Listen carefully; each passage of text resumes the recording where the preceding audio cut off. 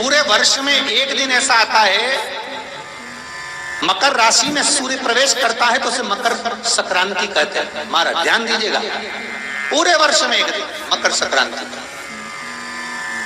हमारे हिंदू धर्म में ये दिन है, हमारे हिंदू धर्म में जो ये दिन है। अच्छा, कई लोग कहते हैं कि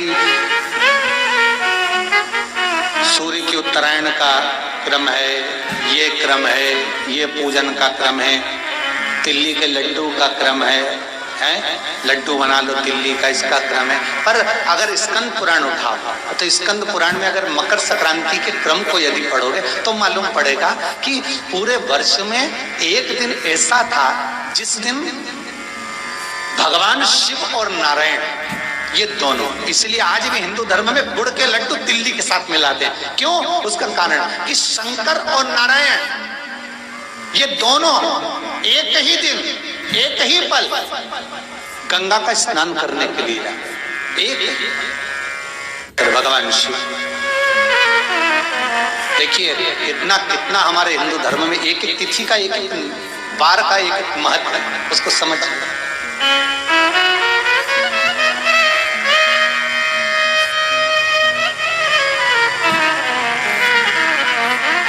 माता लक्ष्मी, भगवान नारायण और भगवान शिव को स्नान के लिए गुप्त रूप से झांकती है।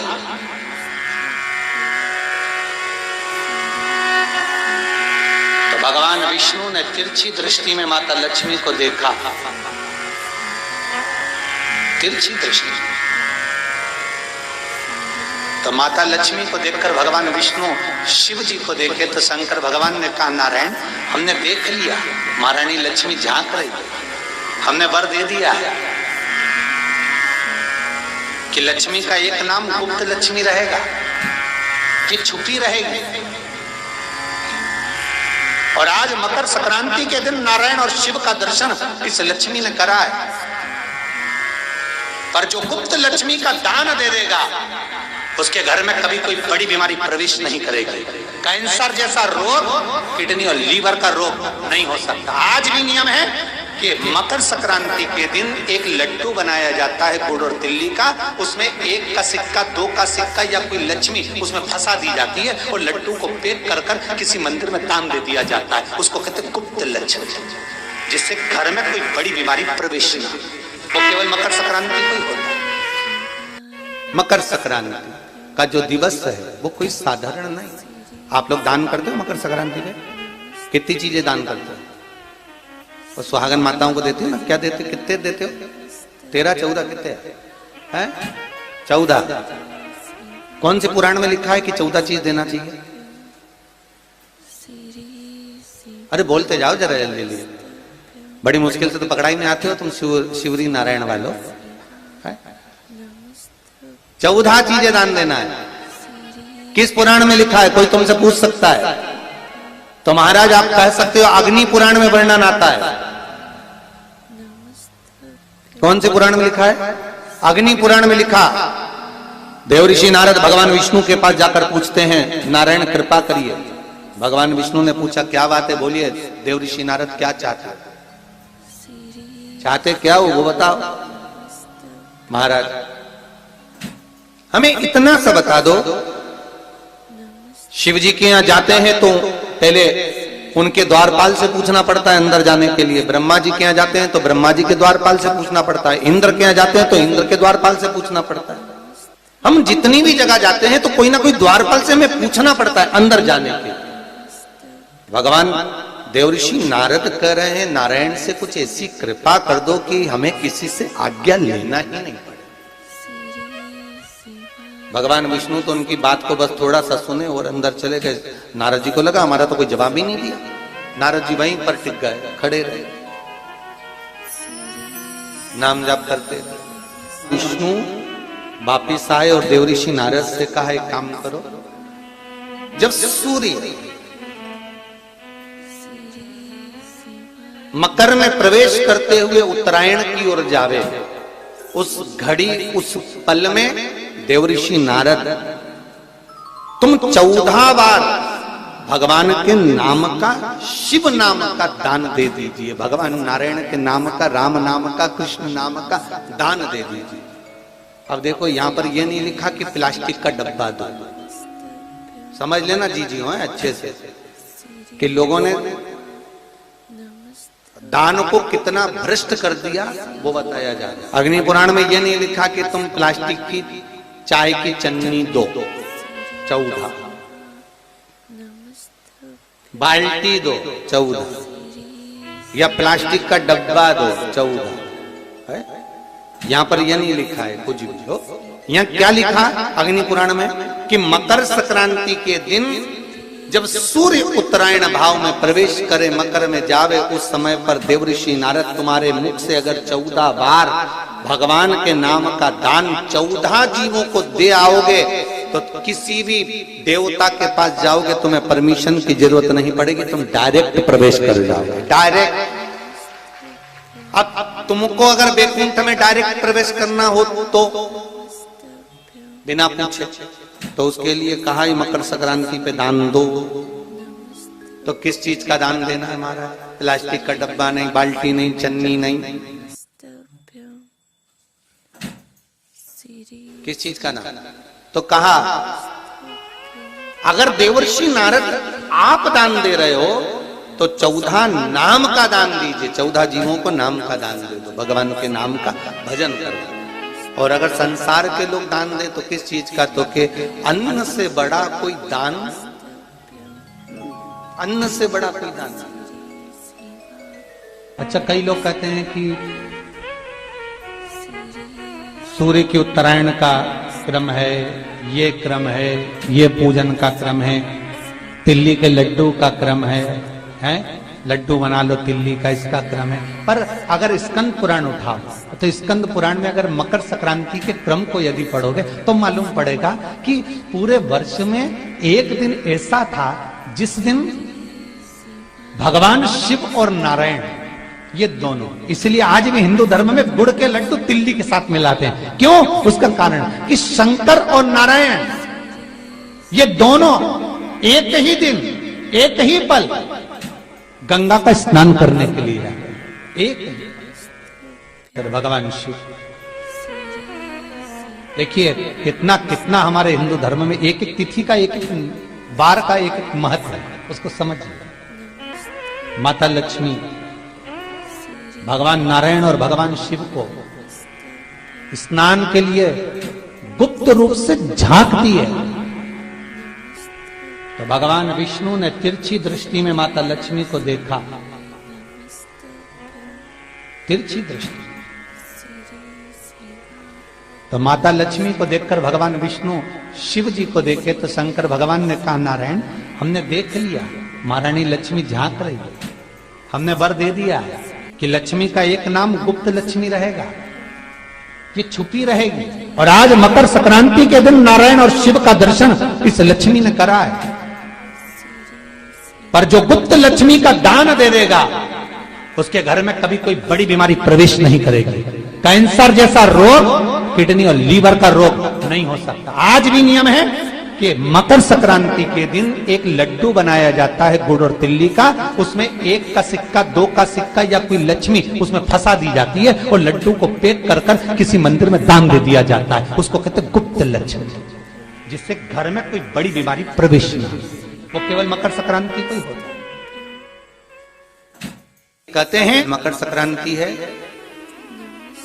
जिस समय पर कल सूर्य उत्तरायण आ जाए और पहले दिन उत्तरायण के दिन ही जब संध्या का समय होता है, शाम का समय होता है महाराज, संध्या का जो समय होता है शाम का, अगर कोई बच्चा पलंग पर बाथरूम करता हो, गंदगी करता हो, सारी औषधि कर ली, दवाई कर ली, और या बच्चा रात्रि को उठकर चिड़चिड़ करता हो या रोता हो रात भर महाराज, उसके लिए, या माता के स्तनों में बच्चे को पिलाने के लिए दूध ना आता हो उसके लिए, या बच्चा रुदन करता हो या बच्चा गंदगी करता हो उसके लिए, कल शाम के समय पर प्रथम दिन में जब भगवान उत्तरायण आ रहे हैं मकर राशि के अंतर्गत, तो शाम के समय पर मकर संक्रांति के दिन गुड़ को पानी में मिलाकर शिवजी पर लेपन कर दो, उसी हाथ को बच्चे को मंदिर के बाहर चटा दो महाराज, फिर वो पलंग पर कभी गंदगी नहीं करेगा महाराज। जिस नारी का स्तन में दूध नहीं आता हो बच्चों को पिलाने के लिए, उसको भी अगर चटा दिया जाए तो स्तन में दूध आना प्रारंभ हो जाए महाराज। जो बच्चा रात्रि को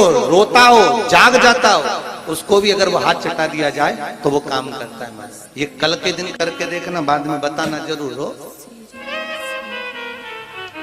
शुगर वाले जीव जिनकी शुगर ऊंची नीची हो रही हो, ज्यादा शुगर की परेशानी आ रही हो और इंजेक्शन लेना पड़ रहा हो, उनके लिए निवेदन है काली तिल्ली कल के लिए है ये खास तौर से, बाकी के शुगर के लिए तो उपाय और बाद में बता देंगे, पर कल के लिए जो करना चाह रहे हैं जिनकी शुगर लेवल में नहीं आ रही, काली तिल्ली शंकर भगवान के शिवलिंग पर समर्पित कर दो और उस काली तिल्ली को जब शिव जी पर चढ़ाएं तो महाराज हाटकेश्वर महादेव का नाम लेना है। कौन से महादेव? हाटकेश्वर महादेव का नाम लेना है और शंकर भगवान पर काली तिल्ली चढ़ाते जाना है। उसमें कंकर नहीं हो, सफेद तिल्ली का एक भी दाना नहीं हो, इसका ध्यान रखिए।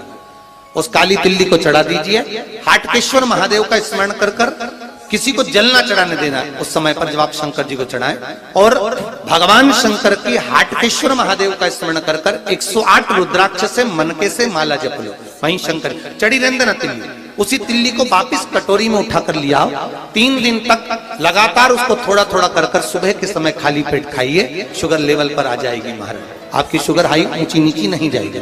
हाटकेश्वर महादेव का स्मरण। श्री शिवाय नमस्तुभ्यम। इस भारत की भूमि पर, इस मृत्यु लोक में, पूरे विश्व में ऐसे कई घर हैं जिनके घर में गुजारा करने के भी आफत है। पहनने के कपड़े नहीं, किसी के यहाँ पर भोजन नहीं, किसी के यहाँ जमीन नहीं, किसी के यहाँ दुकान नहीं, कोई पूरी जिंदगी किराए के मकान में निकाल देता है। नहीं, मेरा एक निवेदन है, इस कथा को जितने छत्रपति संभाजी नगर के श्रोता भाई बहन श्रवण कर रहे हैं उनसे निवेदन करूंगा, आप हाथ का ठेला लगा रहे हो, सब्जी का ठेला लगा रहे हो, फल का ठेला लगा रहे हो, धक्के की जिंदगी जी रहे हो, दरवाजे पर बैठे हो, कहीं ना कहीं तुम दास्य भाव की जिंदगी जी रहे हो, तकलीफ में जिंदगी जी रहे हो, बहुत दुख की जिंदगी जी रहे हो, बहुत कष्ट की जिंदगी जी रहे हो, उनसे केवल निवेदन करूंगा, 3 महीने 2 जगह पर जल चढ़ाना प्रारंभ कर दीजिए, केवल 3 महीने। एक शंकर भगवान के शिवलिंग पर, दूसरा बेलपत्री के पेड़ के नीचे, 2 जगह पर जल चढ़ाना 3 महीने लगातार चालू कर दो, बाबा तुम्हारा हाथ पकड़कर तुम्हें उन्नति की सीढ़ी पर चढ़ा देगा। हमें कोई चमत्कार करना नहीं आता और ना हम कोई तंत्र विद्या या मंत्र विद्या जानते हैं, ना हमारे पास में बेल है, ना हमारे पास में भभूति है, हमारे पास में तो केवल शिव का नाम है।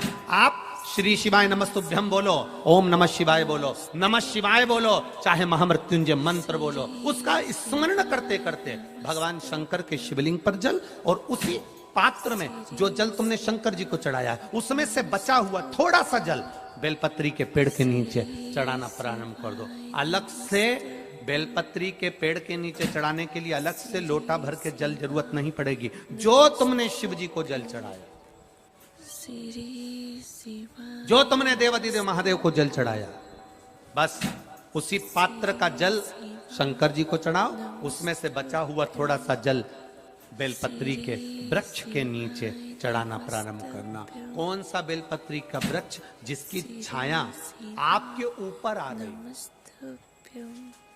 शिव महापुराण बड़ी सुंदर बात कहता है, ध्यान दीजिएगा। जिस बेलपत्री का पौधा तुम्हारे सिर का, और ये दोनों हाथ ऊपर कर लो, अपन खड़े हुए और खड़े होकर दोनों हाथ ऊपर करे, इतना बड़ा बेलपत्री का पौधा है, उस बेलपत्री के पौधे की पत्ती को कभी तोड़कर शंकर जी को नहीं चढ़ाना चाहिए। ध्यान रखना, कितना बड़ा पौधा। आप खड़े हो जाओ और खड़े होने के बाद आपका हाथ ऊंचा कर लेना, इतना बड़ा पौधा है, उस पौधे की पत्ती बेलपत्री को तोड़कर शंकर भगवान को कभी नहीं चढ़ाना। शंकर भगवान को उस बेलपत्री को, उस वृक्ष की पत्ती को तोड़ना चाहिए जो वृक्ष तुम्हारे हाथ से थोड़ा सा ऊंचा हो, जिसके लिए तुम्हें हाथ और ऊंचा करना पड़ रहा हो। जैसे एक बच्चा अपनी माँ की गोद में बैठने के लिए दोनों हाथों से उचकता है, आवाज लगाता है, उचकता है, आवाज लगाता है, हाथ ऊपर करता है, तो माँ उस बच्चे को गोदी में ले लेती है। उसी तरह उस बेलपत्री के वृक्ष की पत्ती तोड़ना चाहिए जिसने थोड़ी उन्नति कर ली हो, जो थोड़ा ऊंचा हो गया हो। तुम उसको पाने का प्रयास करो तो भगवान भी तुम्हें अपनी गोदी में ले ले। ऐसे वृक्ष की पत्ती अब तुम छोटा सा पौधा, बिल्कुल जरा सा पौधा, उसी की पत्ती तोड़कर महादेव को चढ़ाओगे, ये श्रेष्ठता नहीं। यदि बेलपत्री का पेड़ आपके यहाँ है और मान लो कई लोग बेलपत्री गमले में लगाते हैं या छत के ऊपर लगा देते हैं, बेलपत्री का वृक्ष जो होना चाहिए वो घर के ठीक पीछे के भाग पीछे के, या बेलपत्री का वृक्ष अगर पीछे नहीं है तो आप अपने घर से जब बाहर निकलते हैं तो राइट हैंड की ओर बेलपत्री का वृक्ष होना चाहिए। आप जब घर से प्रवेश कर रहे हैं, बाहर की ओर निकल रहे हैं, वो सुख का अनुभव करें। यदि घर से निकलते समय बेलपत्री का पेड़ लेफ्ट में अगर आता है, आप जिस घर से निकल रहे हो लेफ्ट में अगर बेलपत्री का पेड़ आता है तो आप 1 रुपए कमाएंगे, 1.25 रुपए खर्च होगा, पैसा हाथ में टिकेगा नहीं। घर में 10 लोग भी कमा रहे हैं तो पैसा घर में दिखेगा नहीं, आएगा जरूर, सारे काम होंगे पर टिकेगा नहीं। यदि लेफ्ट में राइट भाग का बेलपत्री सुख का अनुभव। बेलपत्री का वृक्ष घर में लगाओ तो घर के पीछे के हिस्से में लगाना, और ऐसी जगह नहीं लगाना कि जहां पर बेलपत्र में गंदा पानी जाए या कोई गंदी वस्तु उसके नीचे पड़े। 33 करोड़ देवी देवता बेलपत्री के पेड़ के नीचे सोमवार के दिन, कोई रविवार के दिन, कोई मंगलवार, कोई बुधवार, कोई गुरुवार, कोई शुक्रवार, कोई शनिवार के दिन बेलपत्री के नीचे आकर 33 करोड़ देवी देवताओं तप करते हैं, साधना करते हैं।